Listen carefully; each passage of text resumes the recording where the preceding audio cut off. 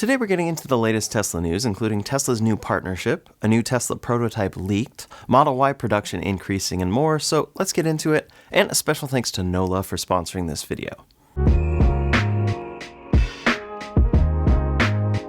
First up today, over the last week, we've talked about the fact that Tesla signed a $16.5 billion contract with Samsung Electronics to source their next-generation AI 6 inference chips. These are referred to as their next-generation chips, but we still have yet to see the AI 5 chip come to be. So this is a very interesting future-proofed deal here for Tesla that shows where they're planning to go with everything. Of course, this will have a huge impact on their full self-driving systems in their cars, as well as their Optimus humanoid robots, and then general AI infrastructure like their Dojo computer. If all goes according to plan, Tesla wants to be able to be competing with NVIDIA in supplying AI chips to companies that need this infrastructure. And with the explosive growth of AI that is happening now and expected, there will be a ton of demand for this infrastructure, so maybe Tesla will become one of those major suppliers here. In any case, these chips will be manufactured at Samsung's new foundry in Taylor, Texas, which until now basically had no major clients. So this is a big deal for Samsung and that facility specifically. After this announcement, Samsung shares grew about 6.8% and Tesla by about 4.2%. This is expected to specifically strengthen Samsung's chip-making business here because they currently hold about 7 to 8% of the global market, compared to TSMC, which is at about 67%. Production isn't set to begin immediately, and it's interesting because these AI 6 chips, again, are coming after the AI 5 chips, which will be made by TSMC in Taiwan and at their Arizona plant. So this could still be a ways off at 2027 or 2028. But Elon Musk emphasized Tesla's role in optimizing this plant's efficiency, saying that he'd walk the line personally. He also said that this figure is a baseline, with actual production expected to be many times higher than this. Some people do note that there are some issues for Samsung to overcome to actually achieve these goals that Tesla wants here, so this will be an interesting thing to see. But at the same time Tesla is partnering with Samsung here, we've heard about another big partnership, also with Samsung. Samsung Electromechanics will supply camera modules to Tesla for use in Optimus robots, and this comes according to ET News. This deal, of course, further expands the partnership between Tesla and Samsung following that semiconductor deal that we just talked about. Basically, the camera modules that Tesla would be sourcing here combine Sony image sensors with Samsung Electromechanics' own lenses and drive circuits. Basically, it will form the integrated vision system that serves as the eyes for Optimus. These cameras are, of course, the key system to enabling Optimus to detect, navigate, and move reliably through real-world environments. So it will be very interesting to see because it seems like Samsung will have a very big piece of the future of Tesla here. They'll be supplying both the AI chips, like the brain, so to speak, of their robots, as well as their robotic vision. Those are really the two pieces that Tesla talks about all the time, and their advantage here when we look into the long future if all goes according to plan. They only really need to have these two types of technology enabling this system instead of a ton of extra redundant sensors. But it is very interesting that Samsung is such a big piece of this in the long future for Tesla. So this is of course big news for Tesla, but also very big news for Samsung as we go into the future, and both are taking a chance with each other, so we'll see how this all plays out in the coming years. Next up today, we always know that Tesla is working on radical new technology. Of course, self-driving has been in the works for a long time now, and they've started delivering some really great features there. They've also done their first Robotaxi demos with safety monitors in the passenger seat. Many people who are early invites can totally utilize this system, and it's a great system so far. But recently they've delivered some other great hardware features. For instance, steer-by-wire on the Cybertruck is particularly new and great. It really makes this car drive unlike anything else. Just yesterday I was coming down Big Bear Mountain and driving myself in the Cybertruck, and it was an absolute joy to drive. It's already a joy to drive with one-pedal driving going up or down a mountain, because it makes it so much easier than having to move your foot around constantly. But doing the steer-by-wire on the Cybertruck made it so easy. Comparing that to what it would have been like in pretty much any other truck, it's just not at all the same experience. But of course, coming up, Tesla is hopefully going to be shipping the Tesla Roadster. They've teased something nothing amazing there, including a 0 to 60 under 1 second, which would be the least interesting part of that car, and Tesla has also said they've radically increased the design goals for the new Roadster. But there's a new patent from Tesla that outlines a technology that seems directly made for the Tesla Roadster. Quote, "The system operates by creating bounded, sealed or partially sealed, regions beneath the vehicle through the selective deployment of skirts that interact with the ground surface. Fans positioned in airflow pathways that extend to these bounded regions generate low pressure within these areas by extracting air, creating downforce that enhances vehicle grip and stability by creating a vacuum or partial vacuum in the bounded regions." Essentially, if this works, it would ensure that this car has perfect traction any time that it launches with that crazy 0 to 60 time, and it would make it handle corners in new, incredible ways. Of course, this would be useful for things like setting lap records at legendary tracks like the Nürburgring, and kind of like steer-by-wire for the Cybertruck, it would make driving this unlike anything else. Potentially, though, this is similar to a technology that the McMurdy Sperling already has. It can drive upside down because it has so much downforce. And it looks like Tesla could be going in this direction here, which would be pretty insane if Tesla goes this direction. Of course, I could actually see part of their demonstration being this exact demonstration that we've seen from McMurdy. Ultimately, this would be pretty insane if Tesla goes this direction, and it would add to the true demonstration of the wildest technology that they are shipping. But does it get away from the point of the Roadster, or does it actually further go in that direction?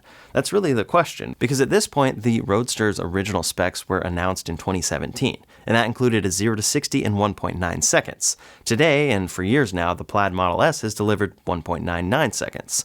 The top speed of the Roadster was supposed to be 250 miles per hour plus, and the Plaid is 200 miles per hour with that track package. But then the range of the Roadster is supposed to be 620 miles, which is far more than anything Tesla has delivered, even within the last 8 years since this was announced. So my question is, will that disappear in favor of all this wild technology? And I think it definitely could. At this point, the most range we're really seeing from Tesla is 400 or so miles on the Model S. And it seems like when they're going to be optimizing everything for these insane demonstrations, adding more battery pack to enable a long range just doesn't seem likely, especially since who's going to be road tripping for real in a car that can drive upside down if that's what they're going to demonstrate here. As for this vacuum technology coming true on this, I will say that Tesla has patented a number of wild things in the past. Quote, "A cleaning system for a vehicle includes a beam optics assembly that emits a laser beam to irradiate a region on a glass article of the vehicle, debris detection circuitry that detects debris accumulated over the region, and control circuitry." Essentially, this is a patent for something that would replace windshield wipers and automatically remove debris that obstructs autopilot camera views with lasers. Clearly, we haven't seen this, which is normal for companies that patent a lot of things that we don't see. But is this another technology that could end up on the Roadster? Or is this new patent that we're seeing another one kind of like these laser windshield wipers that maybe they're demonstrating and patenting just in case, but we won't see come to be? At the very least, we could get a demo of some of these things at the end of the year, so it will be very interesting to see there. Before we go any further, I'd like to thank today's sponsor, Nola, who is currently offering $50 off on their award-winning mattresses. Getting a good night's sleep is one of the most important parts of ensuring that I have a happy and productive day, and Nola's mattress has been helping me achieve that. They're known for their special cooling technology, great pressure relief, and long-lasting durability, all shipped for free right to your door. We all have unique sleep needs that Nola can meet with their wide range of great products.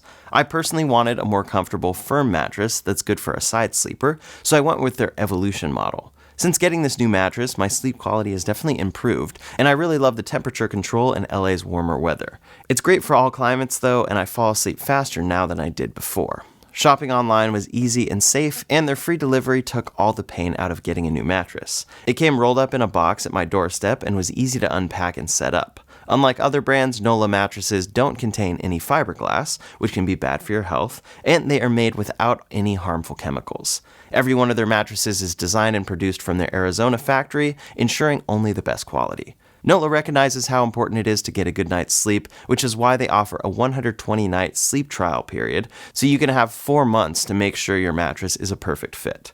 I love my Nola mattress, and I think you will too. If you're looking to upgrade your sleep, head to nolamattress.com/Ryan Shaw and use Ryan Shaw to get an extra $50 off of your Nola mattress. This is an additional discount on top of what is being offered on site, so check them out while you can. It's funny because a lot of people are saying, where's the Roadster? We've been waiting for the Roadster. But it still is a very niche vehicle. While Tesla is kind of focused on that, it seems, to some degree, and delivering an insane, wild demo by the end of this year, and on the other side of things, they're working on the Robotaxi, it does, of course, make people wonder, what about those cheaper EVs? That's really what a lot of people want from Tesla. In a minute, we'll talk about how Ford could beat Tesla to the punch there, but for now, in China, the Model YL is coming soon.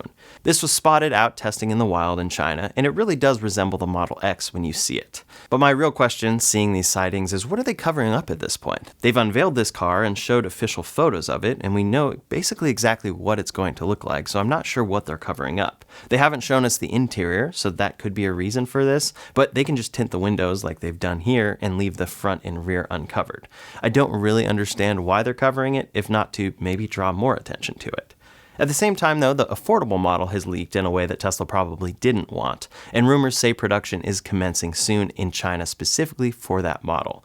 But first probably will be the performance model, and that's because this one has been spotted testing at the Nürburgring track. Again, my question is, what are they hiding here, and why are they camo wrapping this? Maybe they're hiding a new paint color, but it seems arbitrary since we can see all of the details, which appear to be exactly the same. They did apply some wrap over that sweeping light bar in the back, which raises some questions as to what they're covering up exactly. Does this indicate a design change, or did they just not cut the wrap there? I would guess it's probably the latter. But the one detail we can see that isn't covered is these new wheels, 21-inch wheels that have Pirelli P0 tires. There are also red brake calipers, and then inside it appears that it has seats similar to the Model 3 Performance, just as we expected. So again, this is a model that Tesla hasn't officially announced or anything, but I'm not sure what they're covering up because pretty much everyone knows exactly what it is, and we can still see the main details. In any case, we're less than 2 months away from the disappearing tax credit, and as such, it seems that we're seeing demand increase for Tesla. We're also seeing wait times increase in certain areas and getting closer to that tax credit deadline, and then Tesla's production is increasing as well. Joe Tegtmeyer posted about Tesla's production, and people have noted that Tesla is increasing that Model Y production by at least 14% at Giga Texas.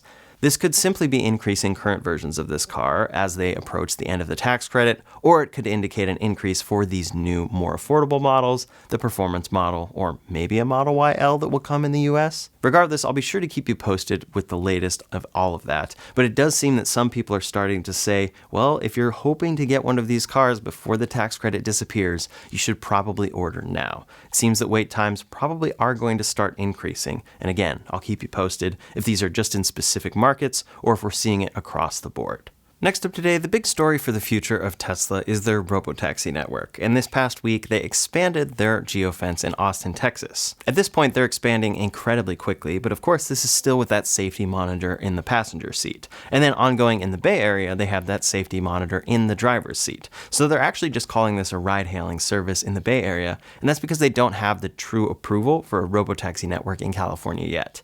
In any case, we can see how quickly they're expanding here with this comparison. Here's the old Geofence in Austin, Texas, and then here is the new Geofence. Definitely a lot bigger, and we've seen them doing ongoing validation with what now appears to be some sort of extra camera rig that they're putting on top of these cars. Most likely this is adding a layer of maps that is very reliable for the places that they are launching this Robotaxi in. And of course that raises questions for, well, how long do they need to keep doing this? Because we see them doing ongoing validation in South Austin ahead of this expansion, and then we've seen them doing similar over in the Bay Area of California. So if they want to launch the Robotaxi everywhere, they've said it can drive essentially anywhere. That's their goal. But this extra step, will it be required to launch in certain areas just for the meantime, or will it be required in the long run for everywhere they want to launch truly unsupervised FSD? That remains to be seen, and Tesla has still talked about full self-driving unsupervised being delivered in certain cities to customer vehicles this year. Recently, Elon Musk was asked when somebody could actually play video games in their car while driving, and Elon indicated this could be coming soon. He said probably 3 to 6 months, depending on regulatory approval in your city and state. Basically, unfortunately, these are the statements that Tesla gets in trouble for. So I don't really appreciate these things ever, especially at this point since we've seen predictions like this for years or maybe even a decade for FSD. It just feels pretty silly, but I'd be happy to eat my words if they truly can deliver that in 3 to 6 months. The underlying problem, though, is that somebody actually believes this, even subconsciously, and then relies on this system too much, when Tesla's system shipped today actually requires your full attention. That's the argument of most of their Autopilot and FSD lawsuits, so overall I'm a little disappointed by this tweet. At the same time, clearly the person in this video has something covering the interior camera or tricking it, as well as other modifications to allow him to play a game on screen, and this is just a terribly dangerous thing to do. In no way is he safely monitoring FSD here, so it's again unfortunate to see Elon respond to this. Overall, just do not do this today. It is not safe, and Tesla requires your active attention to use FSD for a reason. Next up today, one important but often under-discussed topics when it comes to Tesla's growing product lineup is their electric semi-truck. Tesla has been working on very limited production of this truck for a while now, and only a few different companies have units of this truck so far. Tesla definitely uses it internally the most. At the same time, Tesla has many orders of this truck, and this is all part of Tesla's plans to reduce transportation emissions as a whole by focusing on the segment with the fewest vehicles and yet a disproportionately high amount of emissions. Tesla has been working on their upcoming semi-factory in Nevada, which will allow them to properly begin mass production of this vehicle in the near future. They've given us some occasional updates in the past on this factory, and it seems to be coming along well, but they just gave us another big update on this factory. In this video flyby posted on the Semi's X page, we can see that the outermost shell of the building is largely in place. Here we can see what it's like right now, and then what it will look like when it's done. The inside is pretty sparse, but we are seeing the early groundwork and preliminary features for the different manufacturing segments. They say in their post as well that the factory now has a stamping shop and that they have started installing tools in powder coat and material conveyance shops. At the end of the video, they show a few pieces of concept artwork that show us what different parts of the factory will look like in time. First is the spacious lobby with a Semi displayed front and center, then some office space overlooking the factory floor, and then the employee cafeteria. All of these rooms are clearly more designed for their functionality as opposed to aesthetics, but they still definitely have some of Tesla's futuristic design in each of these rooms. This factory is definitely coming along, and it will be exciting to see how it shapes up in the near future. It won't be too long until Tesla is shipping Semi units out of this factory, and that should be a huge milestone for the company and this product specifically. So far, the Semi has proven to be performing very well in the real world, even in its limited production. There are two major companies that just completed real-world testing of this vehicle in their own pilot programs to test their viability. ArcBest and ThyssenKrupp Supply Chain Services each did multi-week testing programs with these vehicles, and both firms came back with very positive results. The logistics company ArcBest drove the vehicle for 4,494 miles, averaging 321 miles per day, with an energy efficiency of just 1.55 kilowatt hours per mile. The Model 3, Tesla's most efficient vehicle, uses approximately 0.250 kilowatt hours per mile, meaning the Semi uses roughly 6 times more energy. That's pretty impressive given the size and power of this truck and what it can tow. They tested it in real-world scenarios, including the difficult Donner Pass. They said it, quote, generally matched the performance of its diesel counterparts. Drivers also gave great feedback and remarks. Quote, operators highlighted Semi's comfort, safety, and ease of use. There was a lot of specific praise for the center seat configuration, wide field of visibility, and intuitive controls, which made it an enjoyable experience. ThyssenKrupp also completed a nearly 5,000-mile pilot program in real-world winter conditions, and they were very impressed. In fact, they were so impressed that plans are already underway to integrate a fleet of Tesla Semis. Scaled production of the Semi is slated to begin by the end of the year, and units will start rolling out from there, so they will hopefully be serving these companies quite soon.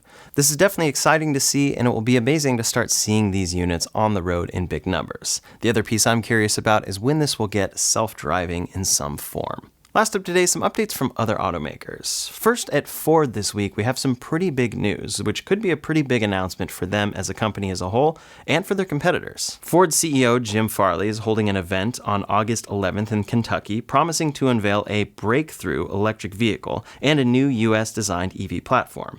If this is true, it could be a pivotal event for Ford as a whole. He said that this moment is the Model T moment for Ford, signaling a historic shift, just like we saw with the mass market impact of the original Model T. Now, this is coming from something that Ford has talked about for quite some time. They've talked about a skunkworks team that is particularly working on a low-cost EV platform here, and this is being led by an ex-Tesla engineer, Alan Clark. Their targets here include launching a $25,000 vehicle designed to be compact, efficient, spacious, and affordable for mainstream consumers, essentially what we thought Tesla was aiming at for quite a long time until they really shifted into this robotaxi world. But of course, this is expected to support multiple different vehicles, which is why it would be a big deal. They're hoping to launch a compact SUV, a small pickup, and then of course potentially ride-hailing vehicles with this as well.